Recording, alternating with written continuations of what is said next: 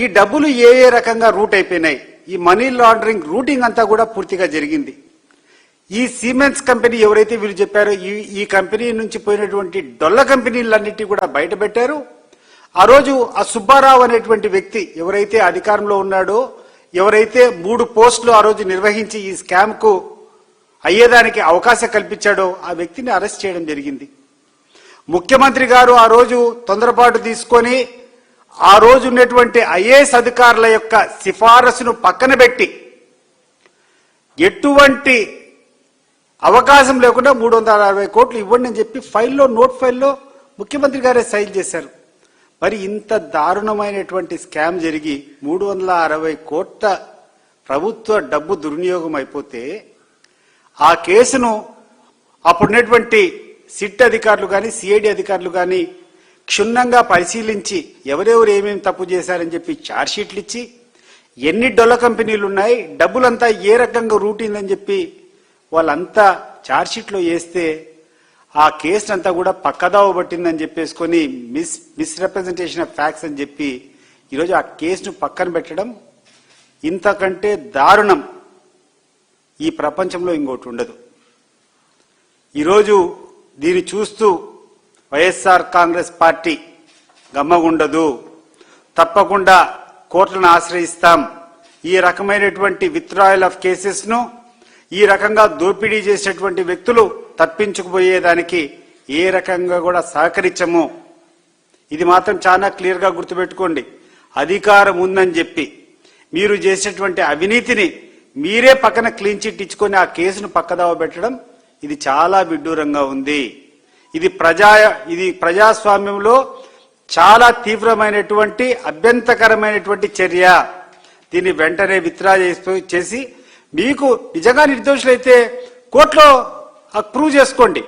ఆ జరిగినటువంటి CID investigations అన్ని తప్పని కానీ, లేకుండా అంటే సిట్ చేసేటువంటి విచారణ తప్పని చెప్పి కానీ కోర్టులో ప్రూవ్ చేసుకోవాల్సింది తప్పితే మీ మీద వచ్చినటువంటి అభియోగాలు మీరే ప్రభుత్వంలో ఉండి దాన్ని మాఫీ చేసుకోవడం అనేది చాలా అభ్యంతరకరం.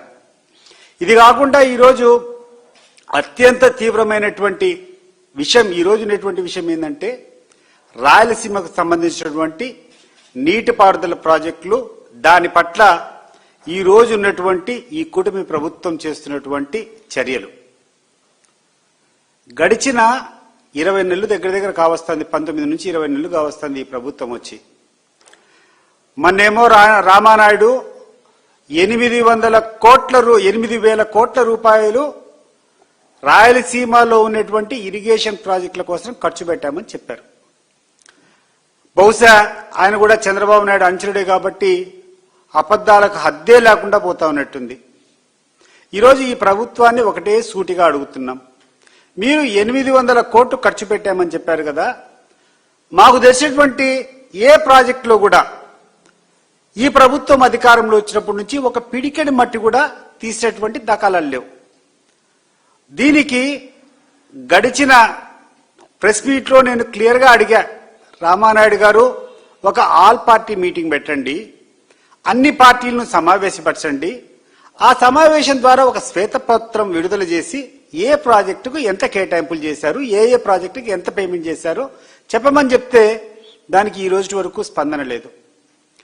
నిన్న నెల్లూరు జిల్లాలో మా వైఎస్ఆర్ కాంగ్రెస్ పార్టీ లీడర్లందరూ కూడా కందులేరును సందర్శించేదానికి ఆడ జరిగేటువంటి లోపాలను కానీ ఆడ జరిగేటువంటి పనితీరును కానీ పరిశీలించడానికి పోతే మన కాకాని గోవర్ధన్ రెడ్డి గారి ఆధ్వర్యంలో అక్కడటువంటి ఇన్ఛార్జీలు, అక్కడటువంటి మాజీ ఎమ్మెల్యేలంతా ఈ ప్రభుత్వం ఎందుకు నిరాకరించింది మాకు అర్థం కావడంలే.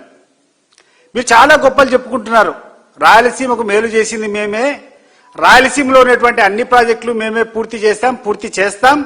ఈ రోజు వరకు ఈ ప్రభుత్వం వచ్చినప్పటి నుంచి 8,000 కోట్లు ఖర్చు పెట్టామని మీరు చెప్తున్నారు. ఆడ నెల్లూరు జిల్లాలో అక్కడటువంటి స్థానిక వైఎస్ఆర్ కాంగ్రెస్ పార్టీ లీడర్లు కండలేరును సందర్శించేదానికోసం వాళ్ళు బయలుదేరినారు.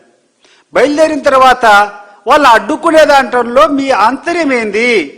మీరు ఎందుకు మా వైఎస్ఆర్ కాంగ్రెస్ పార్టీ లీడర్లు ఆ ప్రాజెక్టు సందర్శిస్తుంటే అడ్డుకున్నారో ఈ సందర్భంగా ఈ ప్రభుత్వం ప్రజలకందరికీ చెప్పాల్సినటువంటి అవసరం ఉంది. జగన్మోహన్ రెడ్డి గారి హయాంలో సోమశిల నుంచి కూడా ఫ్లడ్ వాటర్స్ వస్తున్నాయి. సోమశిల నుంచి కూడా కొన్ని సందర్భాల్లో ఓవర్ఫ్లో అయిపోయి సముద్ర పాలవుతున్నాయి నీళ్లు. కాబట్టి ఈరోజు సోమశిల నుంచి ఒక టీఎంసీ నీళ్లు మాత్రమే కండలేరుకుపోయేదానికి అవకాశం ఉంది. దాని 24,000 క్యూసెక్లకు అంటే దాదాపు 2.25 నుంచి 2.5 టీఎంసీ వరకు తీసుకొని పోయేదానికి widening of Somasila to Kandaleru project చేపడితే ఈ రోజుకి ఈ 19 నెలల్లో నుంచి ఒక పిడికెడు మట్టు ఆ ప్రాజెక్టు నుంచి తీసేయాలి. ఆ డొల్లతనం బయటపడుతుందని చెప్పి ఈరోజు మా నెల్లూరు సంబంధించినటువంటి వైఎస్ఆర్ కాంగ్రెస్ పార్టీ నాయకులందరినీ మీరు అడ్డుకున్నారు. మేము అడిగాం, రాయలసీమ లిఫ్ట్ ఇరిగేషన్ ప్రాజెక్టు చాలా ఉపయోగకరంగా ఉంటుంది రాయలసీమ ప్రాంతాలకు గడ్డు కాలంలో. అంటే రొటీన్గా వర్షం వచ్చినప్పుడు వర్షాభావం బాగుండేటప్పుడు కృష్ణా నదిలో పూర్తిగా నీళ్లు పోయినప్పుడు ఎవరికీ ప్రాబ్లం ఉండదు. కానీ ప్రాబ్లం అనేది ఎప్పుడు వస్తుందంటే లీన్ పీరియడ్లో, వర్షాభావం తక్కువ ఉన్నటువంటి పరిస్థితుల్లో, కృష్ణా నదిలో ఫ్లో ఆఫ్ వాటర్ తక్కువ ఉండేటువంటి పరిస్థితుల్లో రాయలసీమను ఆ యొక్క గడ్డు కాలం నుంచి ఎట్లా కాపాడాలనే దానికోసమే ఈ యొక్క రాయలసీమ లిఫ్ట్ ఇరిగేషన్ ప్రాజెక్టును మొదలుపెట్టాం.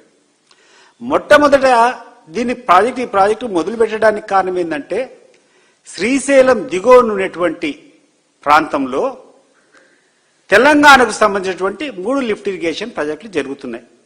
ఒకటి భీమా, ఒకటి